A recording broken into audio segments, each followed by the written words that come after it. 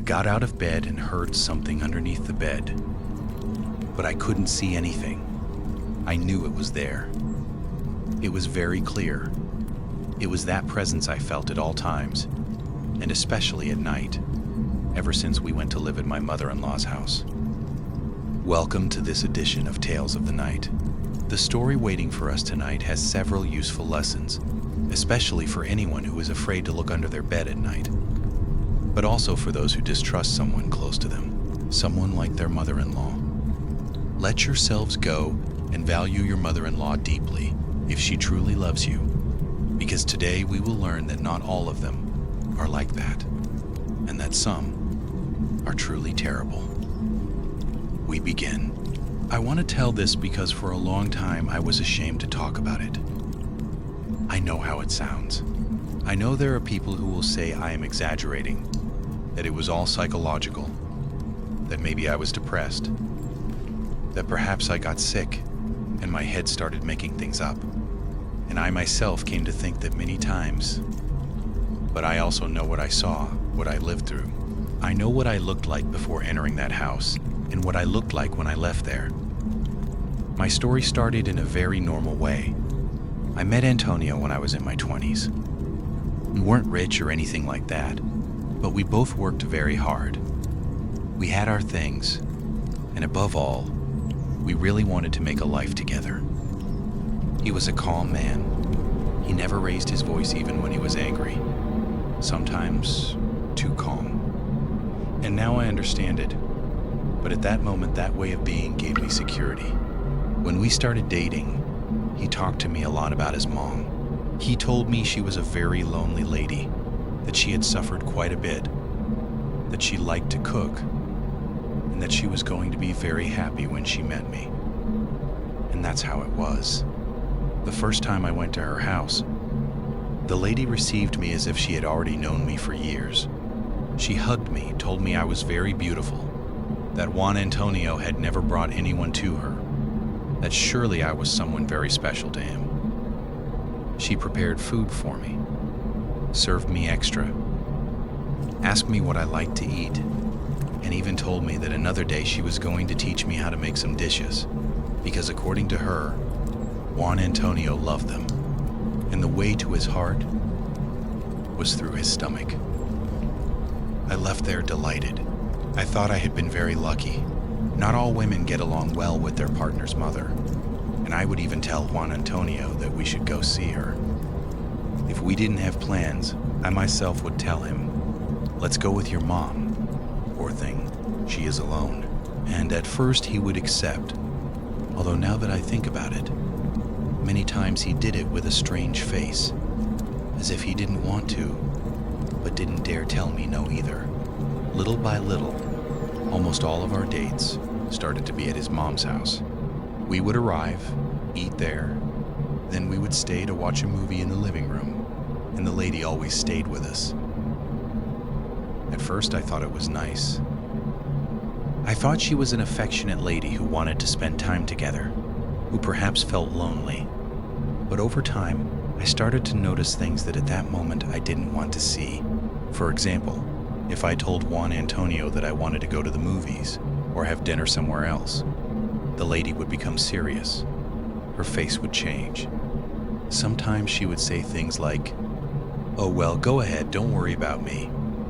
I'll stay here alone, since I'm already used to it." And Juan Antonio above all felt bad, and so we ended up staying. If I tried to sit next to him, she would position herself on the other side. If we were watching a movie and Juan Antonio held my hand, she would get up to bring something from the kitchen and interrupt us. If he hugged me, she would start asking him anything, and up until then, I didn't see it as something serious. I saw it as a lady dependent on her son. It gave me tenderness at that moment, until we went to live together. We rented a small house, but it was ours. It wasn't a big deal. It had 2 rooms, a simple kitchen, a tiny patio, and a living room where a used sofa we bought barely fit. But for me, it was perfect. I was happy because I felt that we were finally starting a real life as a couple. That was when Juan Antonio started avoiding going to his mom's house. I would tell him that we had to visit her, that surely she missed us, and he would answer me that later, that he was tired, that better another day. I didn't understand and even got a bit upset. I thought it was very unfair because his mom had always been very nice to me. Later, I understood why it was. The lady wasn't sad because we had left. The lady was angry, furious with me. Not with me to my face, or not at first, but yes, with everything I represented. I was the woman who, according to her, had stolen her son. I was the reason why Juan Antonio no longer slept at her house, no longer ate every day with her, no longer notified her of every single thing he did. At first, things went well for us. We didn't have money to spare, but it was easily enough. We were buying our things little by little. A TV, a blender, curtains, new plates, a better bed that we found on sale. I remember that everything we bought excited me very much. It was like putting our home together piece by piece. And then the house burned down on us. It was a night when I wasn't there. My sister, who was pregnant at the time, had suffered some complications, and I went to stay with her to help her. Juan Antonio had also left work late and stayed at a co-worker's house because the next day he started very early. Because of that, when the fire started, the house was empty. That was what everyone told us, that we were lucky, that if we had been there, perhaps we wouldn't have made it out alive. We lost almost everything: clothes, furniture, papers, photos, things we had bought with a lot of effort. I stood frozen in front of what was left of our house, without knowing what to do. I didn't cry at that moment. I think my body still didn't understand what was happening. The firefighters said it could have been a short circuit. The neighbors said other things. One neighbor in particular told me something I never forgot. Never. She told me that that night, before the smoke was seen, she managed to distinguish someone on the roof of our house. That at first she thought it was a man, but then she said no, that it looked like a woman dressed in black or something, with the shape of a woman. She told me it moved strangely, sort of hunched over, and that when she wanted to alert her husband, she didn't see anything anymore. I didn't want to think about that. I didn't have the headspace for that. The only thing we knew was that we had nowhere to go. And right then my mother-in-law appeared. She told us that in her backyard she had a little house that she sometimes rented out when she needed money. It was a small structure at the back of her property, separate from the main house. It had its bathroom, its kitchen, a bedroom, and old furniture. She told us we could stay there while we recovered, and at that moment, I thanked her from the bottom of my heart. I felt that after so much misfortune, someone was helping us. I felt bad for having judged her like that, for having gotten angry with me. The little house wasn't bad. It was old and smelled a bit musty, but it had the essentials. My mother-in-law cleaned it before we arrived.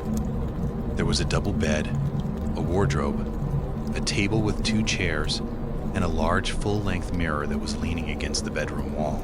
I didn't like that mirror very much because it was very ancient and had some yellow stains around the edge. But I didn't say anything. At first, I tried to take it as an opportunity. We had been left with nothing, but we were together, and above all, we were alive. And that is what I repeated to myself over and over. But from the very first days, I started to feel sick. First, it was the stomach, a constant pain, as if everything I ate sat heavy all the time. Then nausea, then fatigue. I would wake up as if I hadn't slept at all. Sometimes my head hurt from morning until night. I went to the doctor. They did tests. They told me it was perhaps stress, that after a fire it was normal for my body to react like that. And I also wanted to believe that, but the discomfort didn't go away. On the contrary, I started to feel that the little house was harming me. I don't know how to explain it without sounding strange. Like I was crazy. It wasn't discomfort, as if the place rejected me. I would walk in and feel like crying. I would lie down and feel my body heavy. I would cook and suddenly my appetite would disappear. I would bathe and it gave me nausea. Sometimes I would find myself staring at the walls without knowing how much time had passed. And while I was fading away, Juan Antonio started spending more and more time at his mom's house. He would arrive from work, and instead of coming in with me to our little house, he would go to her first. He said he was just going to say hello, but he would stay an hour, 2 hours. Sometimes I would look out the window and see him sitting in the kitchen eating something she had prepared for him. Always his favorite foods: chicken soup, a stew he loved, freshly made tortillas. And while she cooked, she would look out the window that faced right toward our little house. She would see me and smile at me, but it wasn't a kind smile, it was a smile of triumph, as if she were telling me without words, "See, here he is again." And I would complain to Juan Antonio. I told him that I needed him to be with me, that I felt sick, that I was getting scared being alone. And he would tell me not to exaggerate, that his mom was also alone, that after all she was lending us the house, that we couldn't be ungrateful. And that hurt me a lot because I felt that little by little I was losing him. And not just him, my sister started pulling away from me. My best friend too. They were the two people with whom I always talked about everything. And suddenly, they no longer answered me the same way. If I sent them messages, they took hours or even days to reply to me. If I suggested I wanted to see them, they gave me excuses. I was going through the worst moment of my life. And right then, I was left without my confidants. And that finished breaking me. I felt alone inside a house that wasn't mine, in the backyard of a woman who looked at me with more and more contempt, and next to a man who didn't want to see what was happening. My body also started to change. I had always been a pretty woman, and I say this without boasting. I had a full figure, but pretty, with a lot of shape. I always fixed myself up. I liked to look good. I liked to take photos, put on makeup, wear nice dresses. But in those months, I started to look different. First, my face. Many dark spots appeared on my cheeks and forehead. Then my skin looked dull, sort of gray. My hair started falling out in the shower. At first, it was a few strands, but then it was clumps. I would gather them with my hand and start crying. I also started gaining weight in a very strange way. And it wasn't that I got fat all over.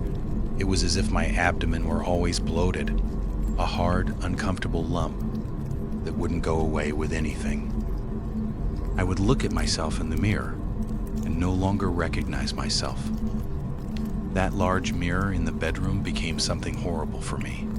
I covered it with a sheet some nights because I felt it threw back an image that wasn't mine.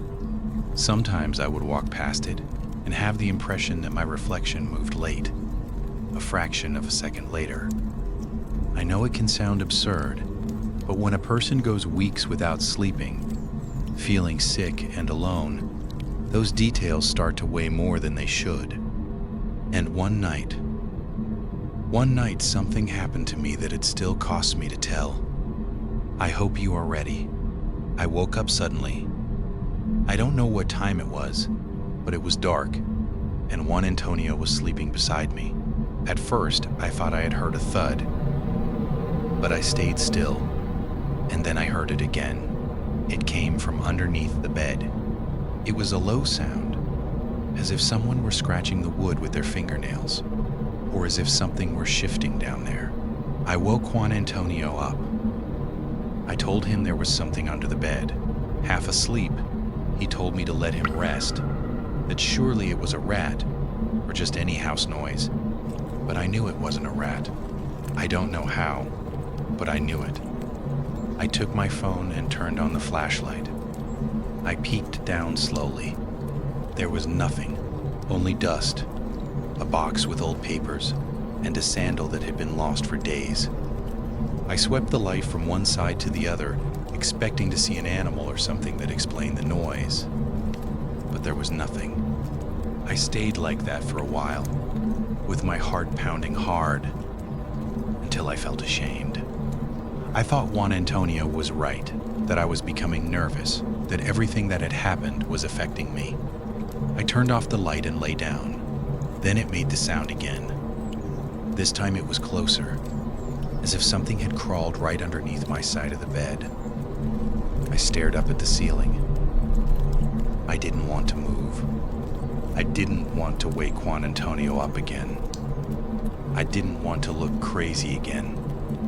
I turned my head slowly toward the large mirror, the one by the wall. Then I saw something in the reflection. There was something peeking out from under the bed. It was a face, or something resembling a face. I can't say I saw it clearly, and perhaps that was the worst part. But the skin looked dark, burned, like it was stuck to the bone. It had its eyes wide open, and its mouth stretched into a smile that truly did not seem human. It was right there at floor level, watching me from the shadow under the bed. I screamed. I screamed so loudly that Juan Antonio jumped up startled and turned on the light. I was crying and pointing at the mirror. I told him there was someone under the bed. He checked reluctantly, moved the box, lifted the mattress, and found nothing. Afterward, he hugged me, but not like before. He hugged me with fear. Not fear of what I had seen, but fear of me. He told me that I needed help, that thinking about so many things was doing me harm, that maybe the fire thing had affected me more than I admitted. And after that, I started to feel that something accompanied me all the time, especially when I was alone in the little house. Sometimes I felt pressure on my back, as if someone were leaning against me. Sometimes I was washing dishes and a smell of wet earth would reach me. Sometimes I woke up with pain in my shoulders, as if I had carried something heavy for hours. But the limit occurred one Sunday at the market. I went alone because I needed to buy some things and also because I could no longer stand being locked up. I put on a large sweater, tied my hair back as best I could, and left early. I was walking between the stalls trying not to draw attention when a child started crying upon seeing me. He must have been about 8 years old. He was sitting next to a vegetable stall. His mom was arranging tomatoes and chilies in some boxes. The child saw me, opened his eyes wide, and started screaming. He wasn't screaming like a child throwing a tantrum, but with terror, pointing toward me. And I felt a horrible shame. I thought I looked so bad that I had scared a child. The mom tried to calm him down. She told him to quiet down, that nothing was wrong, and I kept walking as if it had nothing to do with me. I bought what I needed, and on the way back I crossed on the other side of the street so as not to pass in front of them again. But the lady caught up to me, apologized for her son, told me that the child had a condition, that he didn't speak well, and that sometimes he didn't know how to control what he said. I told her not to worry, that it was fine. I wanted to leave. I wanted to disappear. Then, the lady stood beside me, not facing me, beside me, as if we were both looking toward the street. And she lowered her voice, she told me, "My child, forgive me for telling you this, but my son sees things." I didn't answer. She kept talking without moving her mouth much, as if she didn't want anyone else to read her lips. And she told me, "You have a dead person sucking on your back, right here." And that was what he saw. I felt my legs go weak. I asked her what she meant. I told her to help me, that please tell me what I had to do. But the lady looked very nervous. She looked in all directions. She told me she didn't know how to remove those things, that her boy only saw them, that what I carried wasn't just any shadow, that it was a heavy work, very heavy witchcraft. I started crying right there, community, not because I believed her completely, but because a part of me, a very deep part, felt that finally someone was seeing the same thing I was feeling. I returned to the house almost running, and when I entered the patio, I saw my mother-in-law coming out of our little house. She had the keys in her hand. I stood there staring at her. I asked her what she was doing there. She didn't get startled. She didn't even try to hide it. She told me she had gone in to look for something that belonged to her. I told her that was our house, that even if she was lending it to us, she couldn't just barge in like that. And she laughed, she told me. Your house? No, sweetie, this house is mine. You guys are here because I want you to be, because I allow it. And we fought. I screamed at her like I had never screamed at anyone. I told her I already knew she hated me, that I knew she couldn't stand Juan Antonio being with me. She looked at me with a horrible calmness. She told me I was sick, that I was losing my mind, and that was why her son wanted to spend less and less time with me. And that destroyed me. Because it was true. Not that I was crazy, but that Juan Antonio was further and further away. My mother-in-law went toward her house without rushing. I went into my little house and started checking everything. Drawers, clothes under the bed, the wardrobe. I didn't know what I was looking for, but I knew something had been left or something had been moved. Then I saw black dirt near the bed. It was like a small trail, almost hidden next to a leg of the furniture. I bent down, touched it with my fingers. It was damp. It had a strong, very strange smell. It didn't smell like garden soil. It smelled like confinement, like old dampness, like death. I kept checking. Underneath the bed, I found one of my shoes. It was a shoe I had been looking for weeks. It was pushed all the way to the back, behind the box of papers. When I pulled it out, I felt it weighed more than normal. I turned it over and black dirt fell onto the floor. But not only dirt, because there was also hair, long tangled hair, mixed with small pebbles and something that looked like ash. The hair looked horrible, dry, old, like it wasn't the hair of a living person. I can't explain to you what I felt, the disgust I felt. I put everything in a bag. I don't even know why.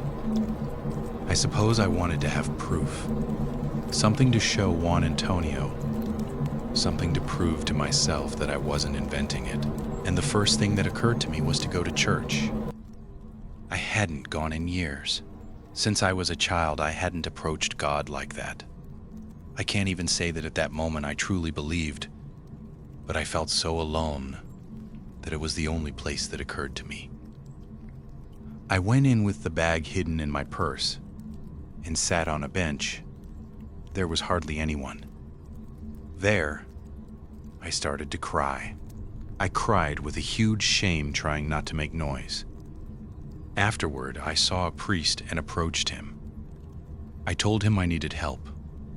I showed him what I had found in my shoe. He barely looked at me and told me not to let myself be carried away by superstitions, that the church didn't believe in that kind of witchcraft, that surely someone was scaring me, or I was imagining things due to stress. He wasn't rude, but it was noticeable that he didn't believe me, and I left there worse off. I felt that not even God wanted to listen to me. But now I understand that God acts in ways we don't understand until we have to. Because before reaching the door, an elderly lady approached me. She was an older lady with completely gray hair, with a rosary wrapped around her hand. She told me she had managed to hear what I told the priest.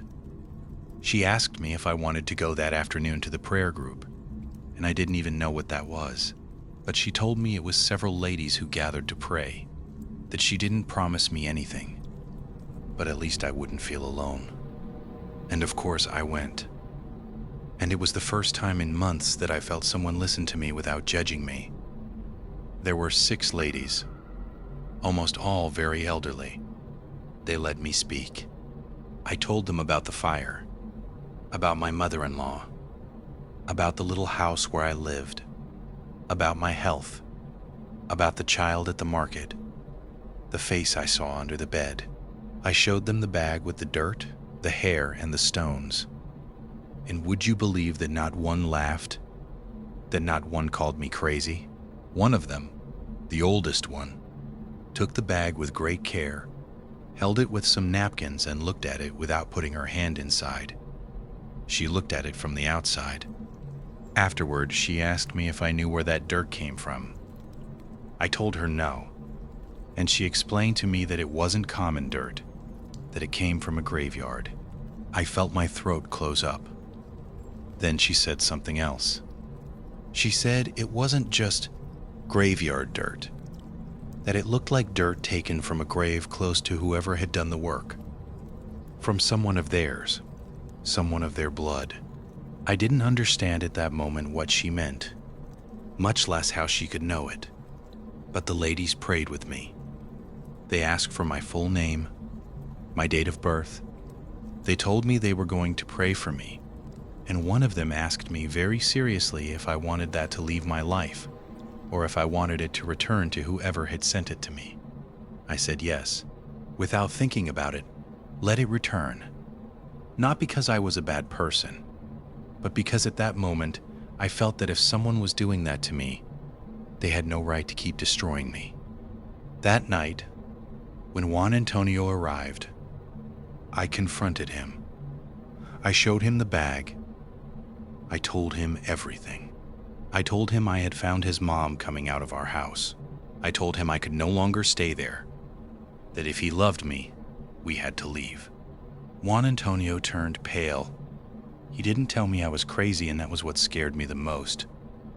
That he just sat on the bed and stared at the bag for a long time. Afterward, he said something I will never fully forgive him for. He said, "I thought my mom didn't do those things anymore." He said it as if something he had been hiding had slipped out accidentally. And right there I understood everything, that Juan Antonio did know. Maybe he didn't know what she was doing to me. Maybe he didn't know how far his mother had gone, but he knew she was capable of doing things. He knew there was something dark in her, and even so, he took me to live in her backyard, to sleep in her house, to get sick under her window. I asked him what he meant by that. At first, he didn't want to speak. Then, little by little, he told me that when he was a child, he heard rumors about his mom, that some neighbors were afraid of her, that some children weren't allowed to play with him, that sometimes women went looking for her, women who arrived crying, desperate, and his mom would take them into a room and not let anyone enter. He told me that he never saw anything directly, but that he knew things were known in his house without being said. He also spoke to me about his brother. I did know that he had had an older brother, but he was almost never mentioned. Juan Antonio didn't know him. He died before he was born. He was 10 years old. He was his mom's first child, the favorite according to what everyone said. He died in strange circumstances. That was the only thing Juan Antonio told me, that he fell, that he got sick, that there were different versions, that nobody really knew what had happened, that there was someone who said that he got sick from fear. The only thing everyone repeated was that his mom was never the same again since the child's death. Juan Antonio told me she still kept his things. The lady kept his toys, his clothes, his notebooks, as if she were expecting him to return one day. While he spoke to me about that, something inside me started putting together pieces that until that moment seemed loose. The black dirt, the figure I had seen in the mirror, the constant sensation that something was consuming me. And also the words of the lady from the prayer group, when she said that that dirt seemed to have been taken from the grave of someone close to the person who had done the work. The next morning I found more dirt next to the bed. It wasn't a lot, but yes, more than I had seen before. Very clear. It was again stuck to one of the legs of the furniture, as if someone had left it there during the early hours of the morning. I could no longer keep ignoring what was happening. I called the ladies from the prayer group and told them what Juan Antonio had told me about his brother. They asked me to go that same afternoon. When I arrived, the oldest lady of the group listened to me with great attention. Afterward, she asked me if I knew the child's name. I told her no. Then she answered me something I still remember, with a lot of fear.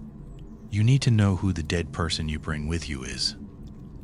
I don't know why that phrase gave me so much fear. Maybe because until that moment I still tried to convince myself that everything had a logical explanation. But hearing her say it that way made me feel that that was real, that it had an intention, a story behind it. That same week I took advantage of my mother-in-law going to the market and entered her house. I know it was wrong to do it, but at that moment, community, I felt I was dying and I needed answers. I walked through several rooms until I reached a room that always remained closed. I had never dared to approach because it was at the back of the house next to my mother-in-law's. But when I opened the door, I felt something strange. It looked like a room frozen in time. There were toys arranged on shelves, children's clothes perfectly folded, notebooks, photographs, and Dragon Ball drawings stuck to the walls, clearly made by a child. Everything was clean. Everything was cared for. It was as if someone kept living there. And that was what impressed me the most, because the child had been dead for 25 years. On one of the walls, I found several photographs. In the center was the image of a smiling child. Underneath the photograph appeared a name written, Tomas. I stayed looking at that photo for a long time. Afterward, I saw a wooden box on a piece of furniture and opened it. Inside, I found consumed candles, locks of hair, ribbons, old photographs, and dirt, the same dirt I had found under my bed. I kept checking and found something that made me feel a horrible cold in my stomach. And that makes sense. But that was what I felt when I saw photographs of me, recent photographs, some from family gatherings, others that appeared to be printouts of photographs I had uploaded to my social media. All of them were folded. All of them had dirt on top. At that moment, I understood that I could no longer keep pretending everything was a coincidence. I took photographs of everything with my cell phone and left the house. And that night, I confronted Juan Antonio like never before. I showed him the photos. I expected him to finally react. I expected him to tell me we were leaving. I expected him to finally choose to be on my side, but it didn't happen. Juan Antonio stayed looking at the photos for a long time, and afterward, he just started to cry. Never had I seen him cry that way. He told me he couldn't do that to his mom, that she had already suffered too much, that she had lost a child and had been left alone. And while I listened to him, I understood something that broke my heart. That it didn't matter what was happening to me, it didn't matter how sick I was getting. He was never going to confront her, even if he saw me consumed, dead. We argued for hours. I told him it was consuming me. I told him I was very afraid to stay there. I told him I barely recognized myself when I looked at myself in the mirror. And even so, he didn't want to leave. So that very night, I made a decision. I left. I didn't have money, I didn't have a plan, but I left. As I started getting better, some people also started approaching me again. My sister was one of them. One day, while we were talking, she confessed something to me that she had never told me. Something very strange. She told me that during the months I lived at my mother-in-law's house, it cost her a huge amount of effort to talk to me. That every time we spoke on the phone, or spent time together, she started to feel sick. She got very strong headaches, nausea, a strange feeling of fatigue that appeared suddenly. She told me that several times she hung up calls with me and had to lie down, and that no matter how guilty she felt, little by little, she started avoiding me. She thought it was stress from her pregnancy until it stopped happening. My best friend told me something similar a few weeks later. She told me that she had even come to think that I had bad vibes toward her, that it sounded horrible to say it, but that every time she went to see me, she returned to her house, feeling exhausted, sick. Neither of the two knew what was happening to the other, and both told me something very similar when I had already been away from that house for months. When they stopped feeling it, when I was better, when that had left, whatever was in that house not only wanted to kill me, it wanted to consume me little by little. It wanted to leave me completely alone. And now, community. The only thing I can tell you is that I know that Juan Antonio is doing badly, that he is very thin, that he no longer has hair, and that his mom is the same, that it seems they are dead while alive. I feel very sorry for them, but I feel very good for myself, because I didn't deserve it. I just want to tell you that I am better, and that please learn from my story, because I know there are people out there who need to hear it. Have a very good night. That's all.